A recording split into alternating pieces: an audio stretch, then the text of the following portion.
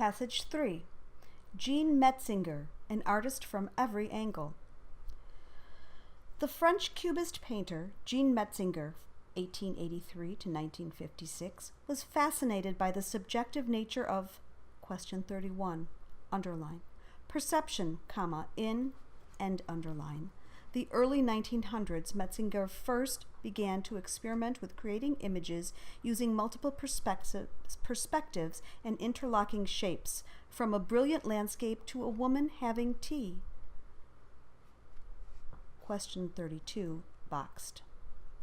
Metzinger appreciated the re-evaluation of nature over portraying the reality of question 33, underlined. Nature, he, and underline, believed Cubism freed artists from the limitations of a single viewpoint. Quotation, instead of copying nature, end quote, he said, quotation, we create a milieu of our own, period, end quote. In his Du Nu, 1910, Metzinger depicts the human body and the surrounding nature with material that, question 34, underline, seem, and underline, to be identical. Question 35, underline. The objects themselves, and underline, are apparently built from cubic planes of space. The same treatment of objects occurs in Still Life, 1911. Atop a diamond-shaped, question 36, underline, table, which, and underline, a collection of items is reduced to basic shape and question 37, underline, a geometric portrayal of nature, period, and underline. In Woman with a Fan, an early example of Metzinger's unfixed perspectives, a seated woman is portrayed in vertical slices, the image that captures a complex series of, question 38, underline, profile and frontal views, and underline, emphasizes the viewer's role in constructing the appearance of the subject. Question 39 in a box.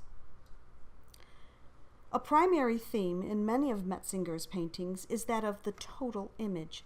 In The Bluebird, interior and exterior elements are combined in a scene of three women lounging among a variety of items, a bluebird at the center. The interlocking pieces of the scene become connected in a larger organization to form the total image. Question 40, underline. In, and underline, other paintings, the completeness of the scene is achieved through presenting a range of emotional perspectives. Perhaps the, question 41, underline, representation of nature through an artistic medium, and underline, that best displays the total image is Portrait of an American Smoking. A, question 42, underline, man, sitting with his arms folded, smokes, and underline, a pipe with a frothy mug on the table before him. The faceted perspectives by which the man is depicted capture his moods and expressions, changing subtly with the passage of time. For Metzinger, Cubism and the total image extended to even the viewing of a painting. In Woman with a Horse, the total image is left to the viewer, question 43, underline, but, and underline, may see a woman on a horse or may not see a horse at all. In this one image, Metzinger captured the notion that, question 44, underline, a person and an animal can be viewed together, period, and underline. Questions. Question 37. Which choice best reinforces the notion that Metzinger wished to portray nature through many shapes? A, no change. B, an exact impersonation. C, a carbon copy. D, authentic mimicry. Question 38. F, no change. G, profile and frontal views. H, profile and, frontal views, J, profile, and frontal views. Question 39.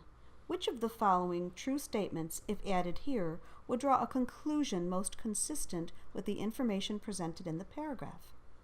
A, The sum of the parts within the painting then existed within the mind of the observer. B. The theme of displaying a total image is present in many of Metzinger's paintings. C. Metzinger painted in a neo-impressionist style before he contributed to the development of Cubism. D. Another painting titled D. Another painting titled Tea Time utilized similar Cubist techniques. Question 40. F. No change. G. Parentheses. Begin new paragraph. End parentheses. In. Question H. Parentheses. Do not begin a new paragraph. End parentheses. However, comma, in. J. Parentheses. Begin new paragraph. End parentheses. However, comma, in. Question 41. A. No change. B. Item. C. Work of brilliant shapes and colors. D. Painting. Question 42. F. No change. G. Man, comma, sitting with arms folded, comma, smokes. H. Man, comma, sitting with arms folded, smokes, comma. J. Man sitting with arms folded, comma, smokes. Question 43.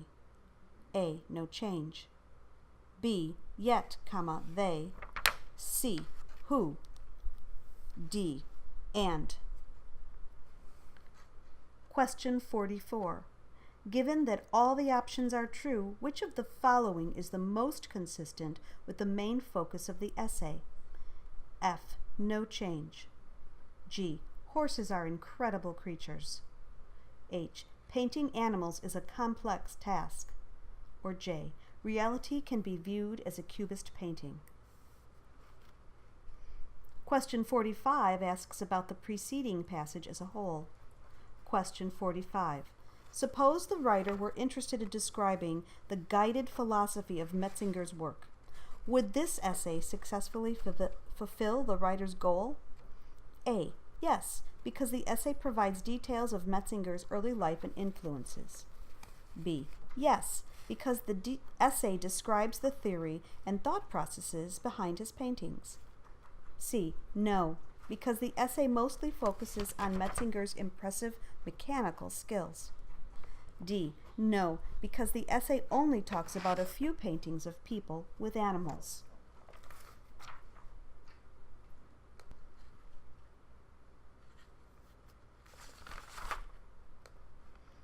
Passage 4.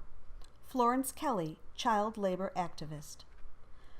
Florence Kelley, the daughter of a U.S. congressman, dedicated her life to politics and social activism, so it comes as no surprise that she left a remarkable legacy in the fight for child labor reform in the late 1800s and early 1900s.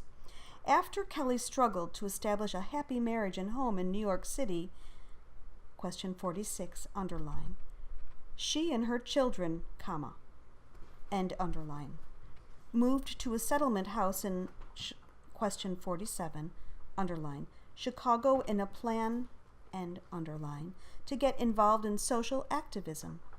At Hull House, as the settlement was named, Kelley witnessed the poor conditions that existed for child laborers toiling in factories, including long hours and abusive employers. 48, boxed. These conditions reinforced Kelley's desire to become politically, question 40 line, underline, active, period, and underline. By 1892, Kelley, question 50, underline, had begun, and underline, investigating the sweatshop system in clothing factories in Chicago for the Illinois Bureau of Labor Statistics, a state agency that sought to analyze and report on labor conditions. After Kelley's investigations resulted in a new child labor law, Governor John Peter Altgeld, mindful of Kelley's dedication to her work, appointed her as the chief factory inspector for the state of Illinois. Kelley accepted the position and, during her years in this role, identified numerous employers who were exploiting underage workers. Dismissed by uncooperative local attorneys, Kelly pursued a law degree to further prosecution of violators. A determined scholar, Kelly studied complex topics such as, question 51, underline, as labor laws, comma, with an enthusiastic, comma, persistent, comma, end underline, ambition that she, question 52, underline, exercised happier, period, end underline. She denounced factory owners who, question 53, underline, who, comma, end underline, as she discovered, employed children in sweatshops, depriving them of childhood growth and educational opportunities. During her inspections of factories, Kelly observed instances of 10-year-old girls working up to 16 hours a day for miserable wages. She used her, question 54, underline, clearly noticeable, end underline, reports to convince lawmakers to restrict the textile industry's abuses of children. Question 55, underline, thus it was that historians, end underline, and social scientists, question 56, underline, applauded her, end underline, ability to present evidence-based arguments instead of emotionally charged ones.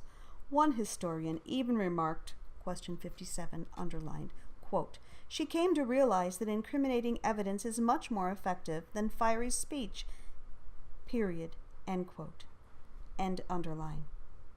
Positive responses to Kelly's convincing research resulted in the further spread of her ideas. 2 nationwide agencies were formed by her or with her help, both focused on child welfare, including child labor. Inspired younger, question 58, underline, activists, end underline, building upon her work, continued to promote her causes in policy and the workplace. Question 59, underline. In 1899, Kelly became head of the National Consumers League, semicolon. She would hold this position for more than 30 years, period, end underline. 60, boxed question. Questions for passage 4.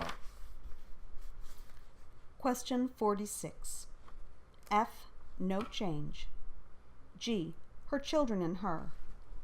H, she and her children. J, her and her children. Question 47. A, no change. B, Chicago, comma, planning. C, Chicago, comma, here she planned. D, Chicago, comma, which planned. Question 48. If the writer were to delete the preceding sentence, the paragraph would primarily lose a statement that F, describes the labor reforms that caused Kelly to work in Chicago. G, condemns the attitude toward child laborers toiling in factories. H, offers a motivation that explains Kelly's advocacy for child labor reform during the early 20th century. J, explains how factory owners and other laborers ameliorated workplace conditions for children working in factories. Question 49. A, no changed. B, active in the domain of politics. C, immersed in participating politically in demonstrations, period. D, involved and associated with attending political demonstrations, period. 50. F, no change. G, begun. H, has begun. J, had begun. 51. A, no change. B, as, comma, labor laws with an enthusiastic persistent.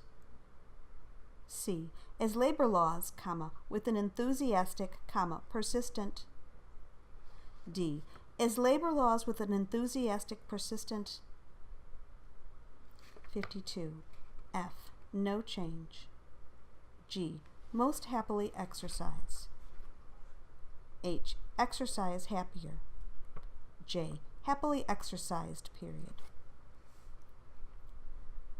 Question 53. A, no change. B, whom, comma. C, that of whom, comma. D, delete the underlined portion. Question 54. Which choice most strongly conveys that the information Kelly presented to lawmakers was well researched? F. No change. G. Somewhat convincing. H. Extremely passionate. J. Carefully detailed. Question 55. A. No change.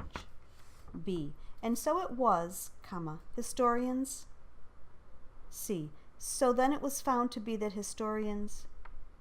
D. Historians. Question 56. F. No change. G. Applauding her. H. Applauded their. J. That applauded their. Question 57. Which of the following accurate quotations would best conclude the paragraph and create an effective transition into the next sentence of the essay? A. No change. B. Quote, Kelly's impact on the future of child labor, fair wages, and decent working conditions cannot be exaggerated, period, end quote. C. Quote, her energy was intimidating, she conquered some fights, lost others, but always continued her struggle, period, end quote. D. Quote, Kelly nevertheless persisted, and each time she brought a case before the Supreme Court, she defended it more effectively, period, end quote.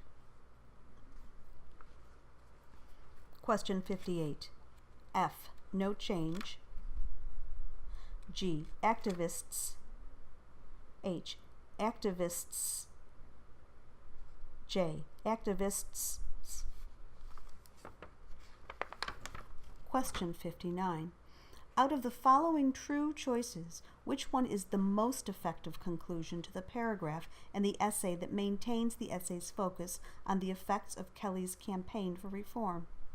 A. No change. B. In 1938, Kelly's research and political influence led to Congress passing the Fair Labor Standards Act, which essentially banned child labor, period. C. Powerful business interests hampered labor reforms in the 1920s, but lawmakers finally began enforcing the changes after the Great Depression, period. D. After leaving Hull House in Chicago, Kelly moved to the Henry Street Settlement House in New York City and joined forces with activists there, period. Question 60 asks about the preceding passage as a whole. Question 60. Suppose the writer's goal had been to write an informative essay describing the development of labor activism in the United States over the last century. Does this essay accomplish this goal? F. Yes, because the essay accurately describes how the U.S. Department of Labor was created and explains that many of its policies were recommended by activists. G. Yes, because the essay explains how Kelly's work contributed to the already growing activism movement. H. No, because the essay fails to establish Kelly as a meaningful activist in the labor reform movement. J. No, because the essay focuses on Kelly's involvement with child labor reform specifically, not the labor reform movement in general. Passage 5. The Need for Seed. The Svalbard Global Seed Vault, a bejeweled and mysterious, question 61, underline, structure, jutting, and underline, out from a mountainside near the town of Longyearbyen in the Norwegian archipelago, period. With temperatures, question 62, underline, risen, and underline, throughout the world, new and clever solutions to the fierce challenges facing agriculture are necessary to feed the world's growing population. American, question 63, underline, agriculturist Carrie Fowler, and underline, spearheaded the creation of the Seed Vault in 2006 as executive director of the Global Crop Diversity Trust. Originally developed to protect against a catastrophic loss of crop diversity, the Seed Vault is, question 64, underline, presently housing today, and underline, upwards of 500 million seeds from 881,473 different species of crops. For their efforts, Fowler and his colleagues hope to ensure against loss of seeds from other seed banks and, question 65, underline, that doing so, comma, and underline, prevent global food shortages. Their ambition, for its complexity, is well respected. Question 66, boxed. Fowler suggests that the seed vault guards against a certain food future, question 67, underline, which is an interesting topic for doctoral dissertations, period, and underline. But how could the vault offer solutions to these problems is not completely obvious. The building manages to appear both appealing and, question 68, underline, intriguing, and underline, simultaneously. Its location on the Norwegian island of Spitsbergen is ideal for its lack of tectonic activity and presence of permafrost, aiding in, question 69, underline, preservation by keeping the seeds safe and intact, period, and underline. 1. Boxed. From its entrance, a tunnel extends into 3 chambers, each one 90 feet long, 30 feet wide, and 16 feet high. Question 2. Boxed. These packets are heat sealed to exclude as much moisture as possible. Question 3. Boxed. Seed samples are packaged in specifically designed 3-ply foil packets. Question 4. Boxed. In total, the, question 70, underlined, site, and underline, has the capacity to conserve 4.5 million seed samples. 71, boxed. Despite certain criticisms, the vault is certainly no time capsule. The seeds can be released to people who believe, question 72, underline, you have, and underline, a critical need for them. When countries have fallen into civil, question 73, underline, war, comma, note Fowler, and underline, the seed vault has had to make itself available for the storage of vital crop seeds.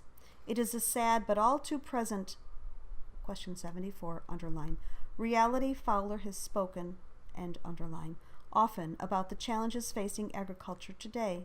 When the Svalbard Global Seed Vault may not, question 75, underline, provide, and underline, a perfect solution to some of the world's most severe concerns, it is certainly a beacon of true altruism.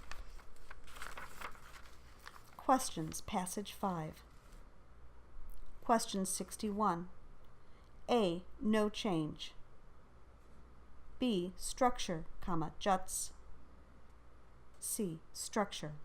Juts. D, structure. Dash, juts. Question 62. F, no change. G, rising. H, raising. J, have rose. Question 63. A, no change. B, agriculturalist, comma, Carrie Fowler. C, agriculturalist, comma, Carrie Fowler, comma. D, agriculturalist Carrie Fowler. 64. F, no change. G, presently now. H, housing presently now. J, presently housing. Question 65. A, no change. B, by which doing, comma. C, in doing so, comma. D, by which so doing, comma. Question 66. The writer is considering adding the phrase, quote, among other food security organizations, end quote, here. Should the writer make this addition? F, yes, because it clarifies that their work is respected by other conservationists rather than just the general community. G, Yes, because it provides an example of unanimous support for a policy between scientists. H. No, because the food security organizations are not called out by name.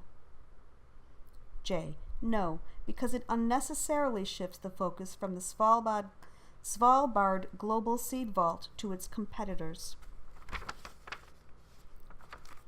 Question 67. Given that all the following are accurate, which choice most effectively presents what might be an unfamiliar concept to readers? A. No change. B. A hypothetical idea that is unrealistic to address. C. A forecast of the level of crop diversity to help predict food shortages. D. Which is all too familiar to agriculturalists who have dedicated entire careers to its study. 68. Which choice clearly stresses the simplicity in the design of the building? F. No change. G. Unassuming. H. Fascinating. J. Curious. Question 69. No change. A. B. Preservation by maintaining the health of the seeds, period. C. Preservation with stable and cool conditions, period. D. Preservation, period. 70. F. No change. G. Site, S-I-T-E. H. Site, C-I-T-E. J. Cites, C-I-T-E-S. Question 71. For the logic and clarity of this paragraph, sentence 3 would best be placed A. Where it is now. B. Before sentence 1. C. Before sentence 2. D. After sentence 4. Question 72. F. No change. G. They had. H. They have. J. I have. Question 73. A. No change. B. War, comma, notes Fowler, comma. C. War notes Fowler, comma. D. War note Fowler.